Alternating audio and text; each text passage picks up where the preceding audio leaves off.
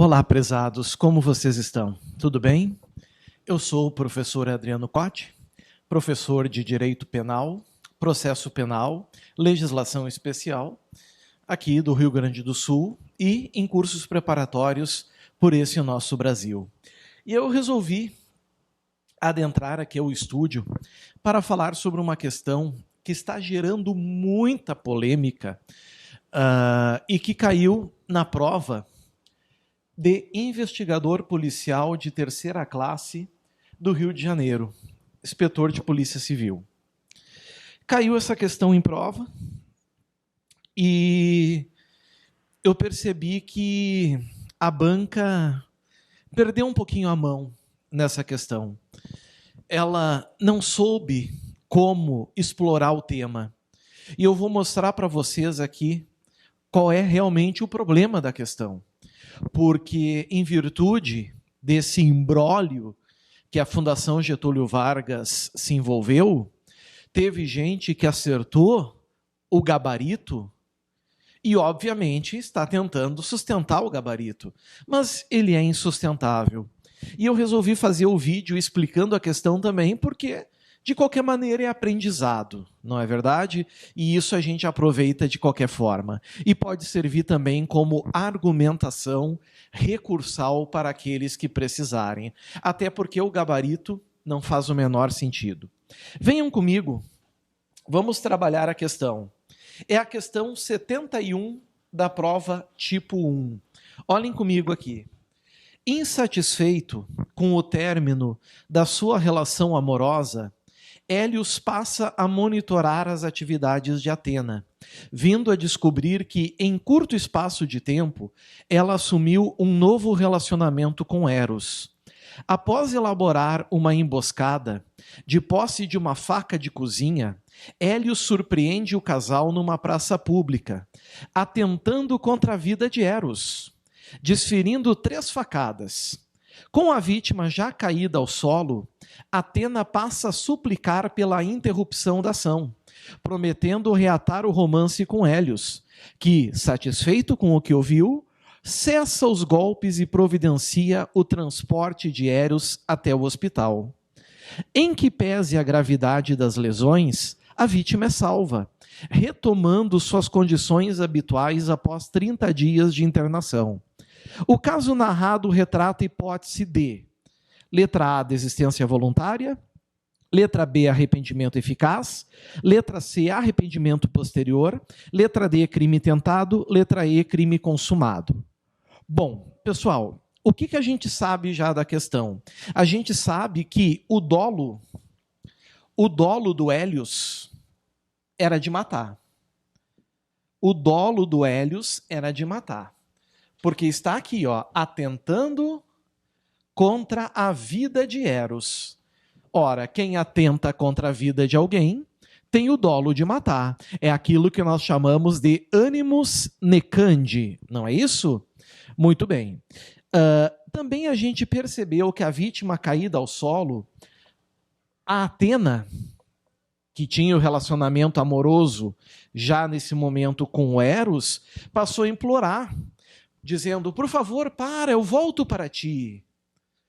Mas eu volto se tu deixar o Eros viver.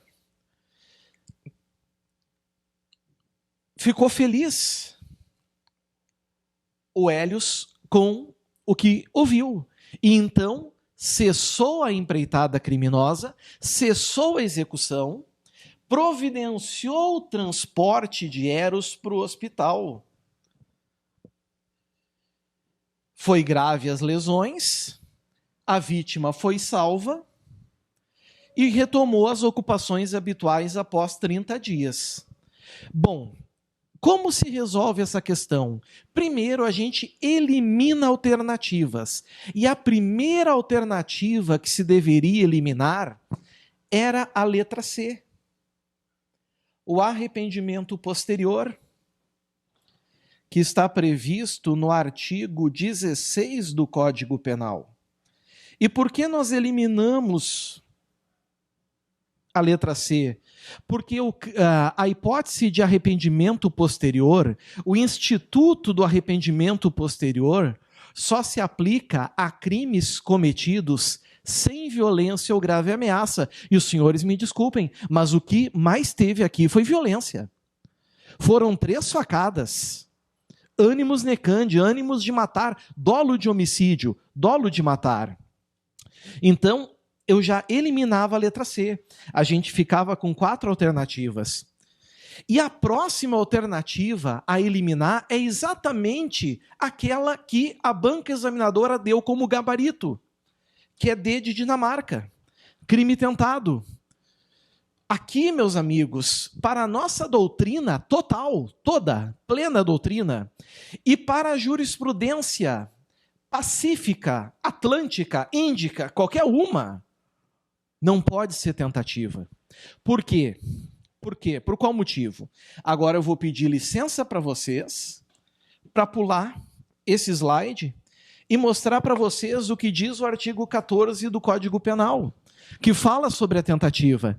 Diz assim: disse o crime tentado, ok? Tentado, quando iniciada a execução, e realmente iniciou-se a execução, não se consuma, e realmente não se consumou, até aqui tudo podia ser crime tentado, mas é por circunstâncias, olhem só, alheias à vontade do agente.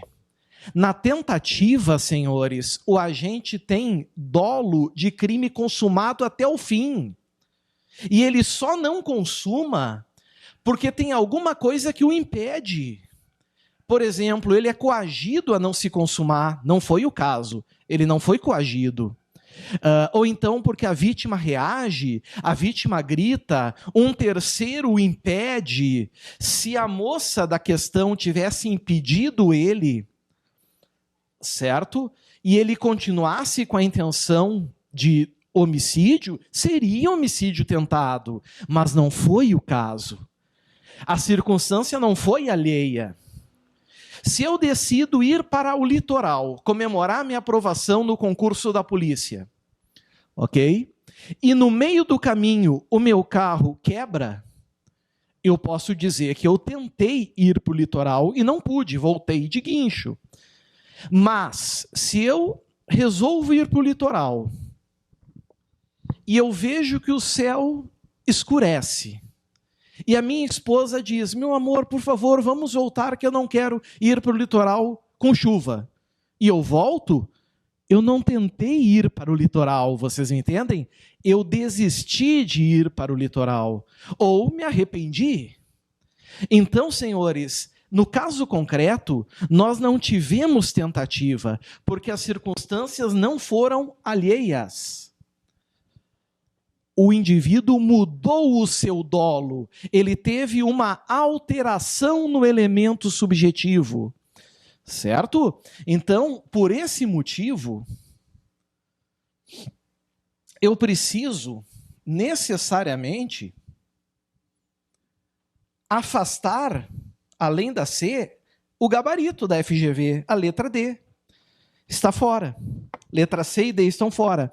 E agora surge o problema. Agora entrou o brete da banca, onde ela se envolveu e não tem por onde sair. Muitos estão discutindo em fóruns, em grupos de WhatsApp, em tudo que é lugar, se seria desistência voluntária ou arrependimento eficaz. Não interessa. E por que não interessa, pessoal? Não interessa porque nos 2 casos, o artigo 15, ele é muito claro ao dizer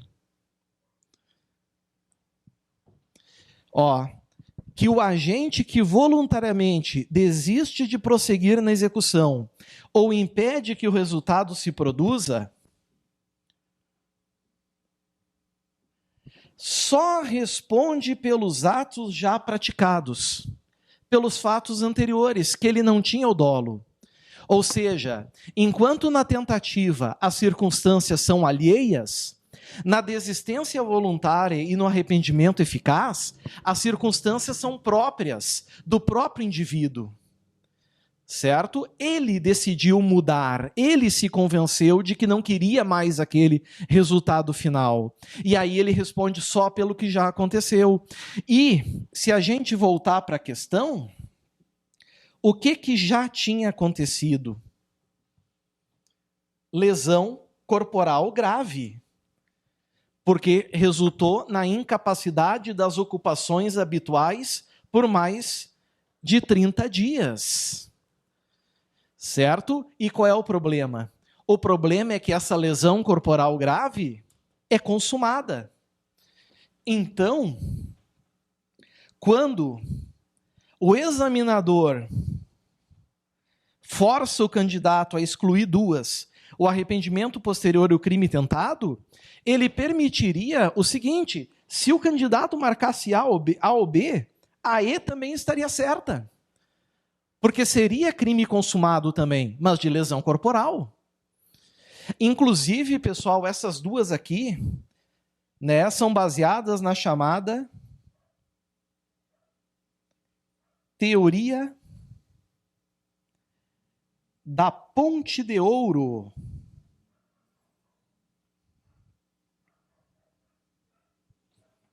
De Franz von Liszt.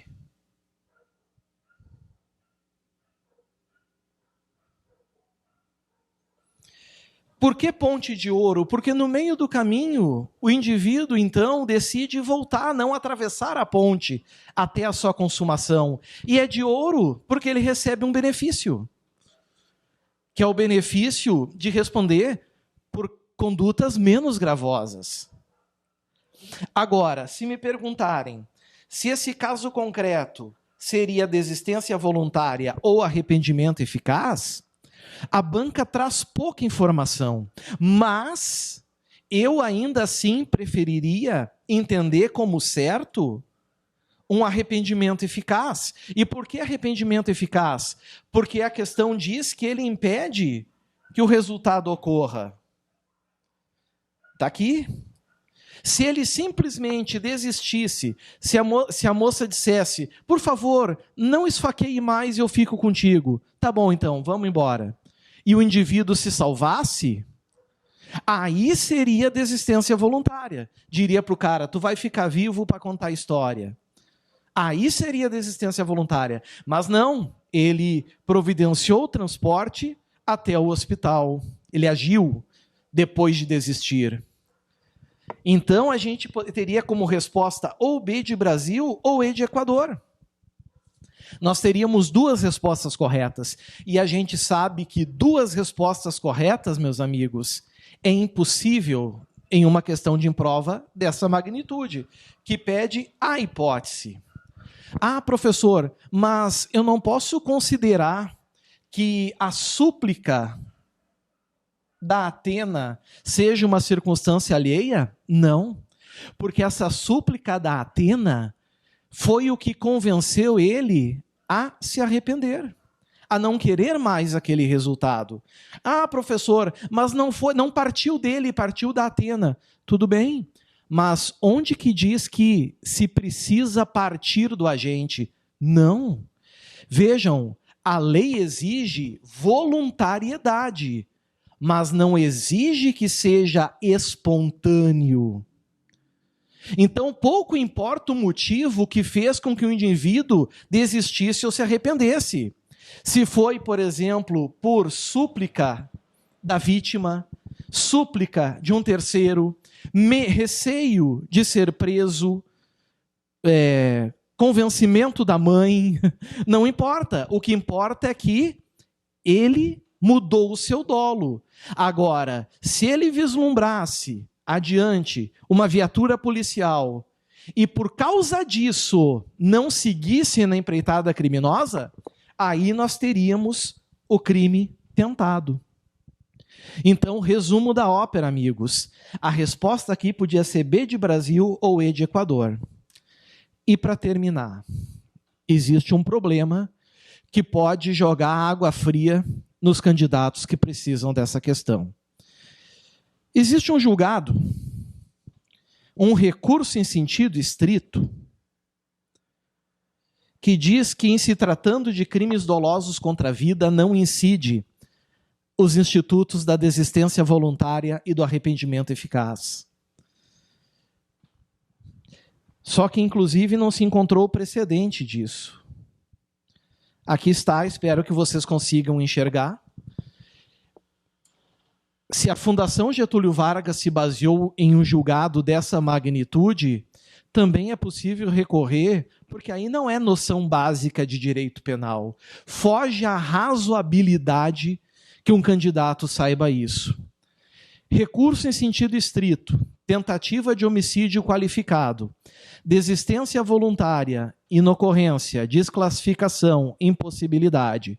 Na conformidade da doutrina e jurisprudência dominantes, só se legitima o reconhecimento da desistência voluntária ou a desclassificação do delito de tentativa de homicídio qualificado para outro delito que não seja doloso contra a vida, quando existentes nos autos provas seguras e inequívocas de que agiu sem ânimos necandi, o que não se vislumbra na hipótese em exame, recurso desprovido. Senhores, se está falando aqui em recurso em sentido estrito, de tentativa de homicídio, é porque está se recorrendo da pronúncia. E na pronúncia realmente não se entra no mérito. Realmente não é na pronúncia que se vai analisar a desistência voluntária ou arrependimento eficaz. Isso tem que ser analisado em plenário de júri. Então não dá para a banca examinadora utilizar esse julgado para fundamentar a resposta de crime tentado. Por isso, amigos, fica a dica então do professor, tá? Quem precisar, recorra da questão, tanto a alternativa B de Brasil quanto E de Equador estariam aqui corretas. Ok? Valeu, gurizada. Tudo de bom. E nos vemos por aí. Até mais. Tchau, tchau.